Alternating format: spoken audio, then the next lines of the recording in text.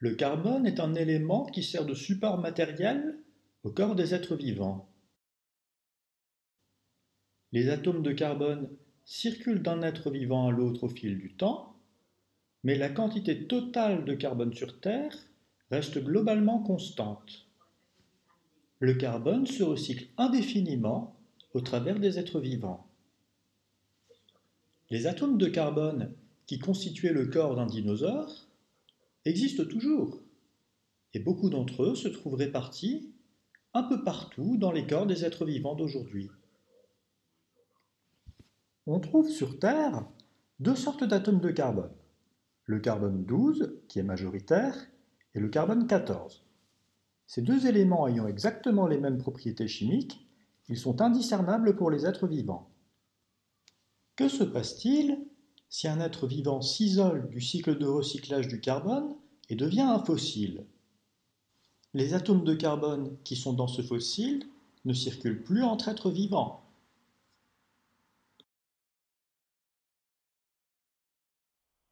Voici les atomes de carbone qui composent le fossile. On y trouve des atomes de carbone 12 et des atomes de carbone 14. Contrairement aux atomes de carbone 12, les atomes de carbone 14 se désintègrent lentement au fil du temps par radioactivité.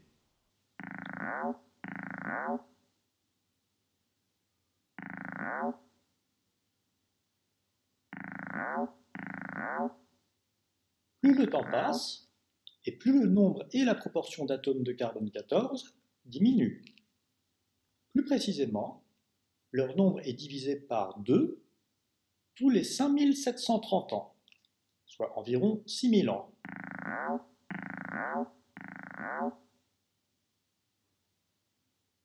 On a représenté ici la proportion d'atomes restants au cours du temps. Nous avons vu qu'il faut environ 6000 ans pour que 50% des atomes de carbone 14 se soient transformés. Après 1000 ans, seulement 10% des atomes se sont désintégrés. Et après 20 000 ans, il ne reste environ plus que 10% des atomes de carbone 14 initialement présents. Mesurant dans un échantillon un certain taux de carbone 14, par exemple 30%, par rapport à une référence connue de 100%, il est donc possible d'en déduire une ancienneté, par exemple ici pour 30%, 10 000 ans. Le temps petit t nécessaire pour que reste une proportion grand P des atomes initialement présents est donné par la formule suivante. Petit t égale grand T sur ln de 2 fois ln de 1 sur P, où grand T désigne la demi-vie de l'atome, qui est ici de 5730 ans, et où ln désigne la fonction logarithme népérien, fonction réciproque de l'exponentielle naturelle.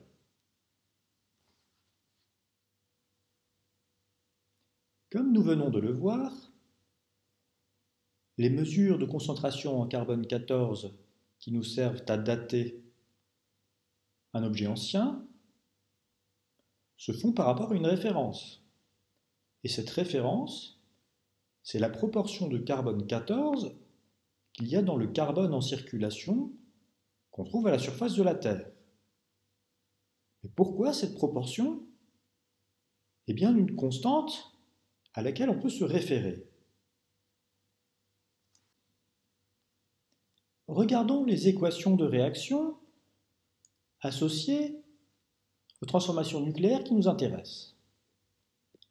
Le carbone 14 se désintègre selon une période de 5730 ans en azote, qui est le composant principal de l'atmosphère, accompagné de particules.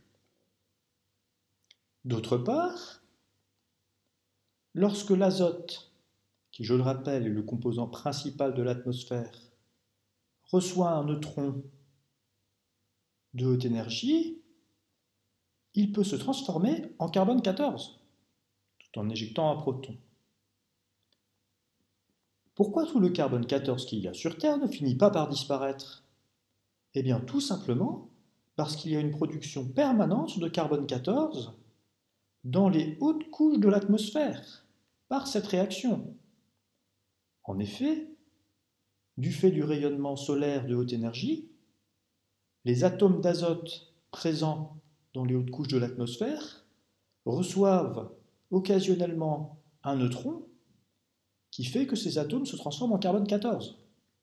Cette production de carbone 14 en haute atmosphère est constante dans le temps. Observons comment apparaît et disparaît le carbone 14 qui est sur Terre.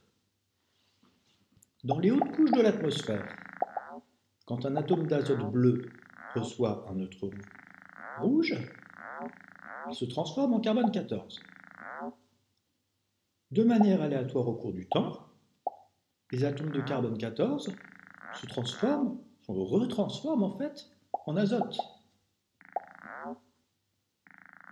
Si bien qu'il se crée un équilibre entre ces deux réactions, tel que la quantité de carbone 14 présent dans l'atmosphère est exactement celle qui correspond à une quantité désintégrée de carbone 14 toutes les heures, qui compense exactement la quantité de carbone 14 produite dans la haute atmosphère. Voilà pourquoi la quantité de carbone 14 présente sur Terre en circulation est constante au cours du temps. Pour conclure, sachez que la datation au carbone 14 est un procédé efficace pour dater des vestiges d'il y a environ 10 000 ans, mais que ce n'est pas un procédé utilisable pour dater des ossements de dinosaures, par exemple, qui ont plusieurs dizaines de millions d'années. D'autres techniques existent, je vous laisse les découvrir.